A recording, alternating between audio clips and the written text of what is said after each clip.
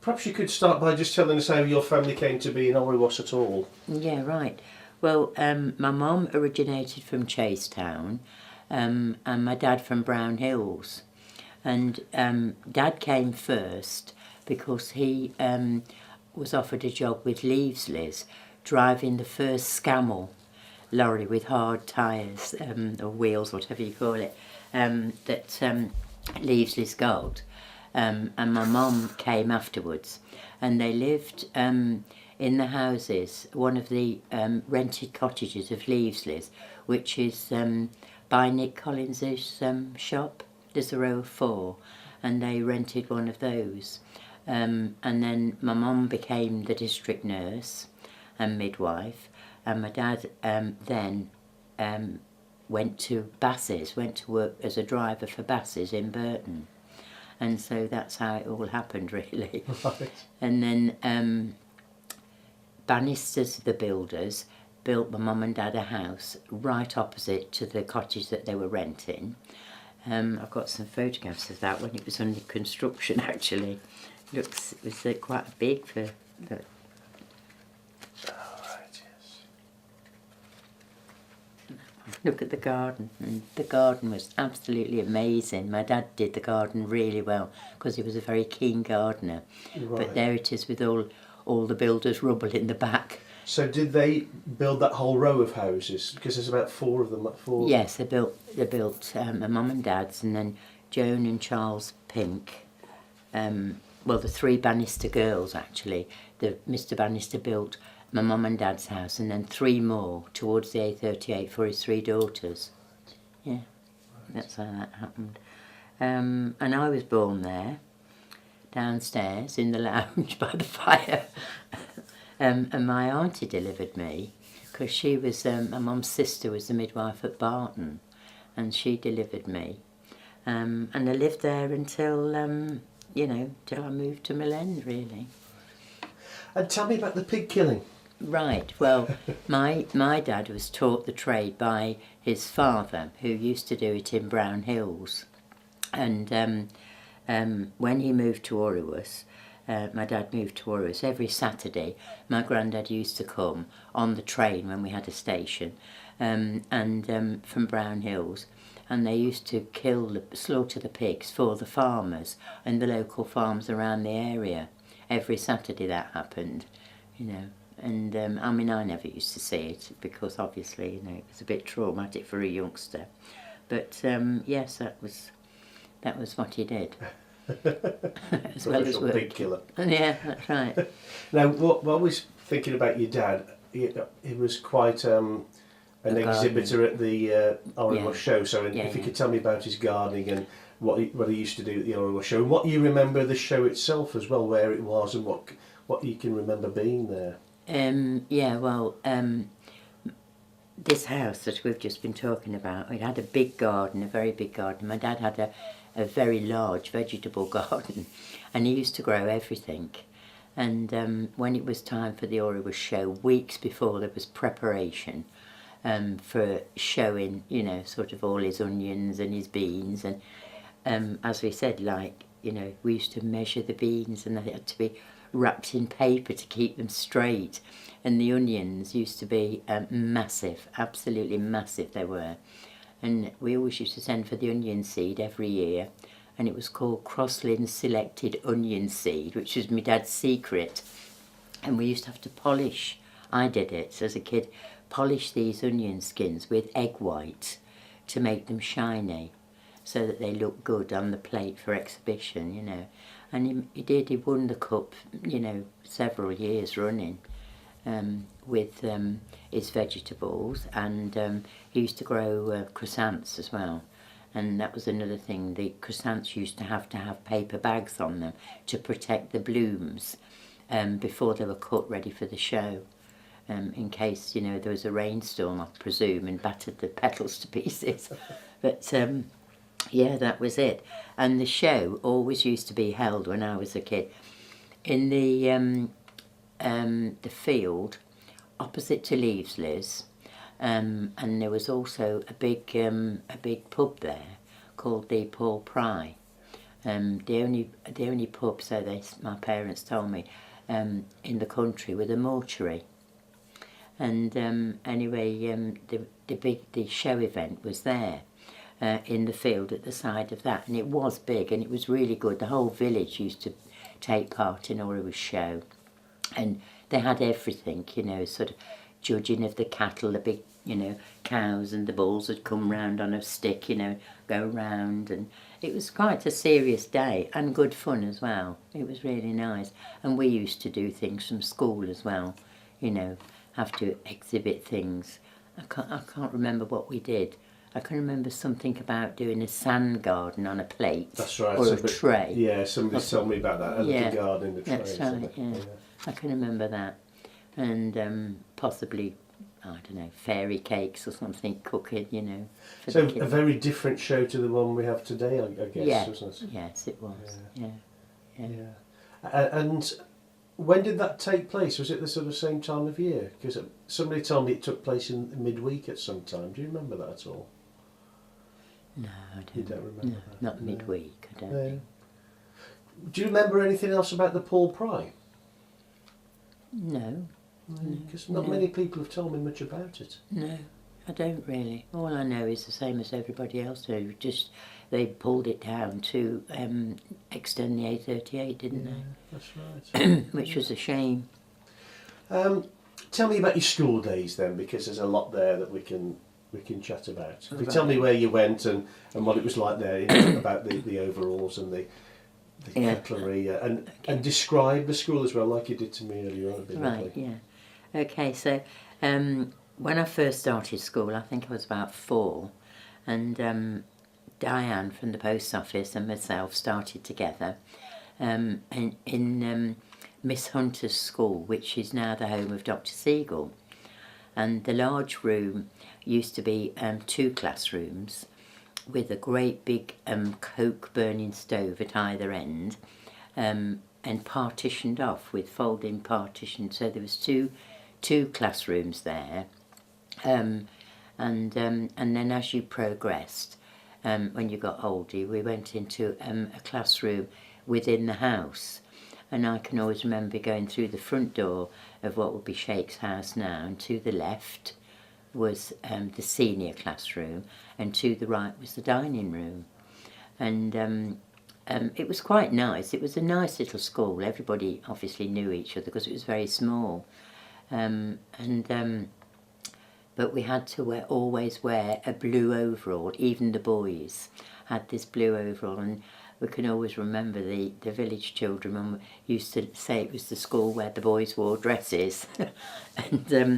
Anyway, and we had to have our own cutlery with our name engraved on it, a fork, knife and spoon, and a serviette with your name on it as well, and a serviette ring. And in the summer the girls wore boaters, and you know, felt hats in the winter, and that was it really. Mostly the farmers' children went there. Tell me about your unusual method of getting home. Oh right, yes. Well, Diane and myself, we were, being born and bred in the village, we knew everybody, including the dustbin men, who were local people that just worked on the bins, really nice. And in the evening after school, all the farmers' mums, you know, the farmers' wives used to come and collect the children in the cars. But Diane and I used to have to walk it to school and back, and we always used to have a lift on bin day in the bin lorry. And our mum and dad used to go mad. They were really annoyed about it. But it was nice, really. It was different, and you know, you could do that in those days, and nothing odd happened like it would today, you know. And in terms of being a child in the village, what sort of things did you do for recreation? You know, sort of for playing. Where did you go? Where did you play? What did you do? Well, as regards Diane and myself, we didn't really stray very far at all. I, in the summer, used to have a great tent in the orchard at the bottom of our garden, and Diane used to have a little house in her, because her dad was a building contractor, so they had outbuildings at the back of their their house, and she used to have a little house in one of these outbuildings, and basically that's all we did. And then there was another friend as well that went there, Jane Fowkes. I don't remember Jane, do you? Jane Fowkes? I mean, I might know the face, but I am hopeless. Switch that off a minute. Okay. Right. You're going to know you mean. Yeah. Right. So, what about, were you in the village when you were teenagers as well? Yeah, well, I went to, both Di and myself went to boarding school. She went to one at Sutton and I went to one at Rugeley, shooting books, when we were 11. So, I suppose until 16. So I was out of the village, you know, quite a lot really. Right. Okay, I just wondered about the sort of recreation, but that's okay. What do you? Well, there was brownies. Oh We used yeah, to tell do me about brownies. Yeah. Which was held in where the mill stream is. There's some steps that go up to a front door. Now that used to be a big room at the bottom there, and that's where we used to have brownies. And until the mill stream flooded, and then we couldn't get there because it used to come up the steps. But I think that's all we did really. I can't remember sort of doing. I mean, as a teenager, we used to go potato picking and carrot singling. Used to meet the tractor for whichever farmer it was outside the war memorial. Get on the back of the tractor, and off we used to go to earn pocket money. And we'd be there all day with our packed lunch. You know, potato picking and carrot singling, and I don't think we did anything else really. But you know, we were contented. Yeah, absolutely. You know. Tell me about your mum then, because she was quite an important part of the village in terms of. That's right. Yeah. Midwifery and so on, wasn't she? Yeah, that's right. Well, my mum was the district nurse and midwife, and I've got a little paper cutting here when she retired. No, not when she retired. Sorry, no, that's not the one. That's that was when it was her 90th birthday. Yeah. So if you could tell me, like it says here, 'cause I know you said this before, who she was known as, you know, as Nurse Cluley, and just all the things that she did into, you know, delivering babies on boats and so on, and oh, it's lovely. Okay, smashing. So you want me to say that then? Yeah, yes, please. Yeah, okay. So my mum was the district nurse and midwife, and she, in those days, everybody had the babies at home unless there was something sort of seriously wrong. But I think the highlight of my mum's career was this. I have to show you, Mrs. Malabar's triplets. And Mrs. Malabar lived in the manor farmhouse here, and they knew she was expecting twins, but then 3 arrived, and today, if you think about having triplets delivered at home, you know, sort of, it's just unbelievable. But look how healthy they all are, 3 of them. Yeah, that was the highlight, I think, of her career. But she always loved her job, my mum did. And it wasn't easy because, you know, she'd be called out all hours of the night, and sometimes for 2 nights. It just depends, you know, sort of who was in labour at the time. And she also delivered babies in caravans for the gypsies, because the gypsies always used to arrive on Fragley Aerodrome, and they used to find the nearest midwife, which was always my mum. And I've done that as well, you know, sort of attended the gypsies up there. But and then, of course, about the delivering babies on narrowboats as well, which again today none of that would have happened, but it was all taken in the stride, I think, really. And every time if she was called out in the night, my dad always got up with her, always. Make her a cup of tea, warm the car for her, scrape the ice off and the snow or whatever it was, you know, before she had to go out, which I always thought was lovely. And we had so many babies born in ambulances at 23 Main Street, because that was our home. And being on the crossroads of the A38, they used to bring people to in labour to get to Burton Hospital, but half the time they didn't make it, and they used to call for the nearest midwife, which was my mum, and then me afterwards. And there were so many babies born at 23 Main Street outside in the ambulance, and my dad would always make the husband a cup of tea and have him in the house while my mum was seeing to the lady in the ambulance. Oh, amazing. Yeah. Didn't you tell me a story before, or when we took it to Graham, about delivering on a boat, but it might have been dangerous because of the fire or something? What was that all about? Can you remember that? Yeah, the gas and air. That's right. That's right, yeah. That's yeah, right. that's right. Yeah. That's right, it was. Just tell me that again. Yes, she had attended a delivery at Fradley Junction. If I've got the story right, it's the same story that went into the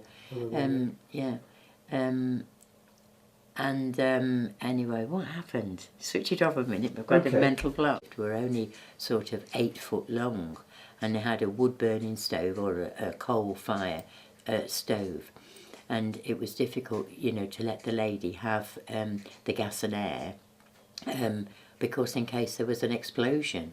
So they had to suffer like childbirth without anything really in those days. Yeah. What can you remember about the shops in the village when you were younger? Yeah, the shops. Well, our favourite shop was Barker's when I was little, which had absolutely everything. And I always used to think that you had to be posh to shop at Barker's. But at the other end of the village, by Leavesley's garage, there was a little shop which was run by Mr. and Mrs. Horsley, and that's where we used to do our shopping mostly, at Mrs. Horsley's little shop down there. And it had a tea room as well next door in a wooden sort of long shed thing, that was quite nice. That was where, and what else was there? The butcher's. The butcher's has been there forever, hasn't it? And what other shop did we have? Had a chip shop. In Nick Collins's shop, that was a wooden shed, and Mrs. Taylor used to have her fish and chip shop there, which when we were kids we think, it was wonderful to go over and sit in there and have fish and chips and green pop. This green pop, I don't know, lime I suppose it was, but green pop. And then what else did we have in the village? Where the dentist is now, there was a little grocery shop as well. Don't worry about that. The fresh air thing up there. And then Top Barker's as well, which was the Barker's down this end, where the little shop that's open now, that was another Barker's. One was run by Peter, Grandad Barker, and then Peter, and then John had the one up this end of the village. Oh, right, I didn't realise. Yeah. And, just going to ask you something else. What was I going to ask you? I'm going to stop the camera myself. I just started singing in the village. When my mum retired, which was, God, I don't remember the year. I was 21 anyway, and I'm 67. Right. So, I can't remember the year. So it was after, it was in the 60s sometime, was yes, it? yes. Yeah. And I did my training at Walsall Manor, my general training, and then I went to Marston Green, Birmingham to do my midwifery. And my mum hadn't been well.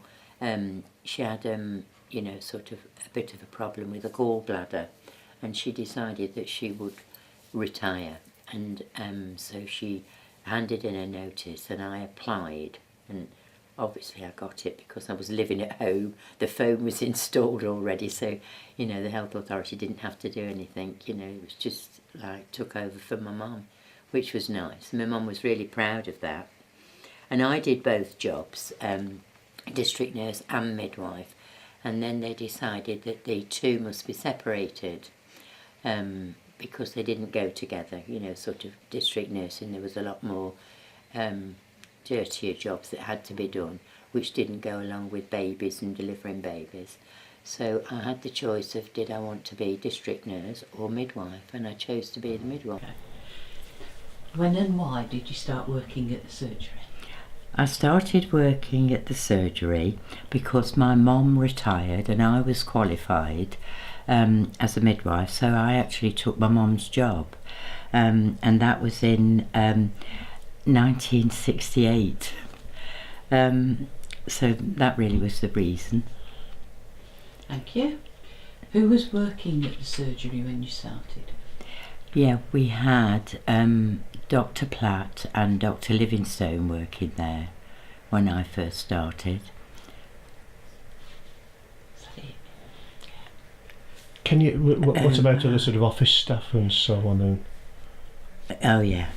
I don't remember that. I've got this all written down. But when it comes to the crunch, it doesn't work, does it? No. Yeah. So do you want me to do that bit again? yeah. Okay. Who was working at the surgery when you started? At the surgery was Dr. Platt and Dr. Livingstone, and at the time they had a secretary called Mrs. Singer, just for a short while, and then Mary Shermer took over when Mrs. Singer retired, and the receptionist was Mrs. Bates. I can't remember what her first name was.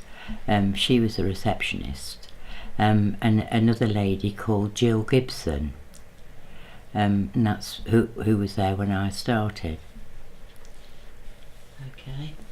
How did that change over the years you were there? Sorry about this. That's all right. Take your time. As what have I got now? Say it again, Jeanette. Sorry. How did that change over the years you were at the surgery?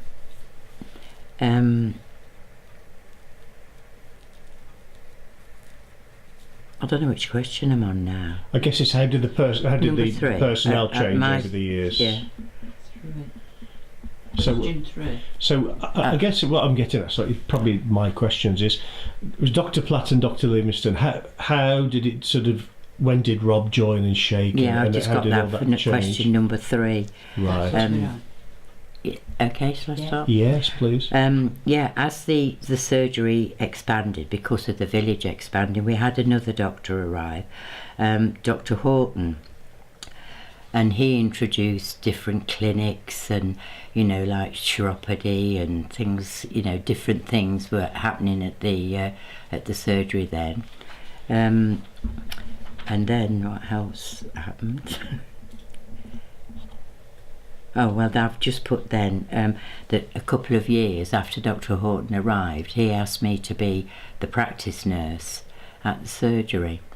So I agreed because the home deliveries of babies, were dwindling because everybody was going into hospital. So I agreed to do that. Yeah. And what about when Sheikh Siegel arrived? When was that roughly? And Wait a minute, I think we're further down the questions. right. Oh. How's it changed? Really? The next question was, is it what was number 4? What sort of things did you do? Yes, it's part Yeah. of your job, yeah.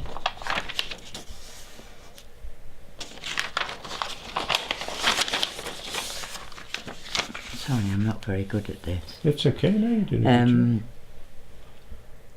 Yes, as part of my job as practice nurse then was to do blood tests, smear tests, ECGs, hearing tests, asthma tests, minor surgery with the doctors, travel and baby vaccinations, and various bits of counselling as well.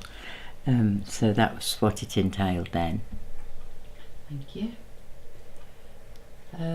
Really, this says, how did your job change over the years? I suppose they go together, don't they? Yeah, well, for that I've put, as the village grew, many more patients registered, and we then had 3 partners, Dr. Horton, Dr. Siegel and Dr. Major Jones. And we had extensions built, making more accommodation to have more clinics and lots more things going on. And then computers arrived, which I absolutely hated. I can cope with them now, but not at the time. They were very alien. And that's but I've just put then that it was a really lovely place to work and I enjoyed every minute. Can I just add another question in?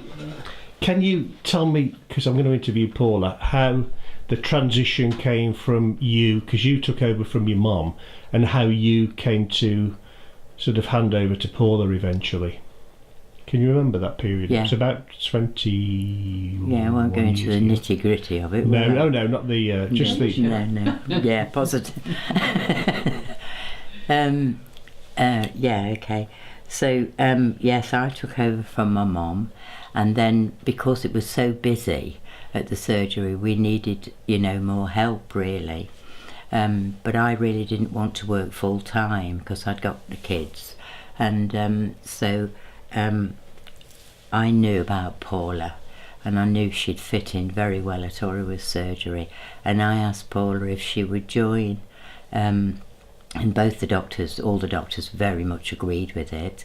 I think it took Paula a little while to decide, it was a bit of a shock, but she's still there and obviously enjoys it.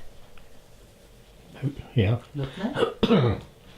So now it comes to, do you have any particular stories or memories of your time at the surgery? You do, but I've gone into this. I spoke to Mary Shermer about this because they're all things that you shouldn't really talk about on camera. That's the thing. No, that's fair enough.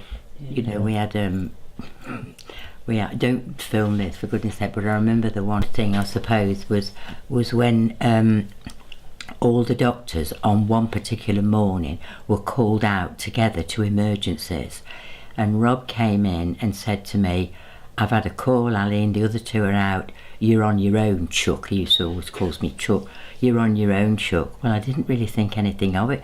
I just carried on doing my clinic, went down to get the next patient, and there was somebody's feet sticking through the door in the front porch, and this guy had collapsed, but he was a village person, you see. That was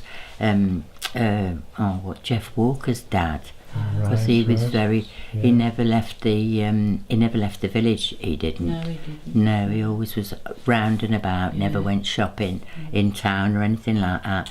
But for him to go to the surgery was a mammoth thing, and then to have to wait because he couldn't see a doctor, they were all out, and he just got so overwhelmed and collapsed. Perhaps you could tell us, I was talking to Maggie Hunt about Dr. Platt used to be in the Drama Society. No, I didn't know that. Yeah, and it was quite a funny story she told, but he seemed to be quite a character. Can you, because I'd never met him, I met Dr. Livingstone, can you sort of paint a picture of what Dr. Platt was like? Yeah, he was a great doctor, Dr. Platt was, really, and he rushed everywhere, smoking his Captain, I think it was, full-strength cigarettes, but he was really good, and it was quite a sad day when he left, actually, because he put lots of life into the surgery. Dr. Livingstone was a quieter man, No, that's nice. That's nice. And were you always in the same building? Because it was in various places, wasn't it? The doc. Where was it when your mum was the village nurse? At the tiny little bit that was the that's now the waiting room. That was it. That was all that was there. And then they extended. Robert extended, and then we had a treatment room. Because it's had so many alterations, the treatment room went, and now it's back in exactly the same place, so... So that would have been, because originally it was in the big white house on Main Street, wasn't it, Dr. Platt's surgery, and then... Oh yes, that's many moons before I said it was... Yeah. It was at various places like the Scout Hut and the it was. And the post office. Well, I don't remember. I think it was at the Scout Hut. It used to be there's an extension on Erne Lodge, it was called, Dr. Platt's house, and there's an extension on the side which is still there now, and that used to be the surgery. You used to go in there and just wait. You didn't have appointments or anything. You just went and waited, and then. I think it was while they were waiting to do the new surgery in Exchange Road that they used the Scout Hut, but I wasn't there then. Right. So when would I know you probably don't know, but when was the new or the current surgery built? Was that 60s? Well, it must have been because I started there. Well, as the midwife based there doing antenatal clinics in '68. So it must have been there then. I never worked at the Scout Hut. No. I remember going to the doctors there as a patient, you know. Right. Because we came into the village in '67 and it was there. Right. And the surgery was there in Exchange Road, yeah. Okay, that's I good. know it was only quite small. I can remember that, but I only used to go once a week. Just another funny story, I can tell you this if you want to switch your thing on. When I had Stuart, I'd only been out of hospital a couple of weeks. I was on maternity leave. And Dr. Livingstone used to really dislike doing antenatal clinics. He hated it. Anyway, I had a phone call from him and he said, "Aline, will you come down and do this clinic for me?" And I said, "Well, what do you mean?" I said, "What am I going to do with the baby?" "Bring him down," he said. And anyway, I trundled down the road with my pram, you know, stuck it in the waiting room, and all the pregnant ladies looked after Stuart when he cried or wanted feeding or whatever, while I was doing the clinic for Dr. Livingstone. And I thought that was quite funny, really, you know. And he never thought anything of it. It didn't matter that you'd had a baby and you needed plenty of rest, you know. He'd just get down and do the clinic so that he didn't have to do it. Can we talk a bit more, just a bit about sort of general village stuff now? Sorry, Jeanette, No, I'm it's taking all over right. here. Well, in this one has Yeah, the village just- changed since yeah. the '60s. I think that particularly thinking how the village itself has changed, because obviously where you're living now used to be Manor Farm and so on. Yeah. How do you remember the other big housing developments being done? Do you remember if there was any, how the village felt about those? Because obviously that... I don't actually think there was an uproar in those days like there is today about development. I really don't. I mean, I lived in Main Street, you know, opposite to Nick Collins's shop, and when they did Micklehome Drive, that was we used to play in those fields where Micklehome Drive was done, but I won't tell you. Switch it off and I'll tell you. They were pumping water for God knows how long out of them fields before they could build Micklehome Drive. Yeah. Exactly the same as Deepmoor and Inge Drive. They did. They're pumping water for ages, and the new one at the end of Fox Lane. So nothing changes, does it? No. There was nothing here though, because I watched this development being done, because, you know, Ken was anxious to get me out of of Willow House, and I was down here like all the time watching how progress was going, but there was never any water. They never did any pumping here at all, but in the middle they did. So how has it changed, so Jim? It's all right. How has it changed? Yeah, how have other things changed, like shops and businesses and just the general... Well, we always had shops, you know, we had two Barkers, one at the top and one at the bottom, grocery shops, and we had, I think it was called a Spar, was it, where the dentist is now. There was a shop, and then I believe that many years ago the top Barkers up this end of the village was a co-op. I'm sure that was the original co-op. But do you remember when where the chip shop and so on is, when that arrived, when that was being built, which I think was about 1964? yeah, that was a little farm, a nice little farm belonging to, no, who had that? Was it Turnley? No. No, Turner? No, none of those. Oh my goodness. I can see them. My mum used to send me down every week, every Saturday morning to fetch the eggs in a little basket from that farm. And then it was all, you know, pulled down and they built the shops. And where the chip shop is, that was Mrs. Simpson's haberdashery shop, wasn't it? Yeah. That's it. Is there anything else you want to tell us about? We always had a butcher's. Yeah. That was always there. And there was another little shop called Mrs. Horsley's, which was at the beginning of Main Street. She had a tea room. Di's got the photographs, hasn't she, of it in the... Yeah. Well, that was in the post office. That was a nice little shop as well. Just thinking of your children Cowlings. growing up here, did they take? What did they do in terms of recreation? Did they do much in the village? Not a lot, really, to be truthful, because they both were at private school, wasn't they? That was a big mistake. I mean, Stuart would never let his kids go to private school for that very reason, because he missed out on such a lot. All the friends were, you know, far and wide. So, Okay. All right. but Di and I went to private school. We went to St Christopher's, it was then, with Mrs Hunter. Miss Hunter she was. Yeah. Yes, I remember you. All your own little knives and forks and things. And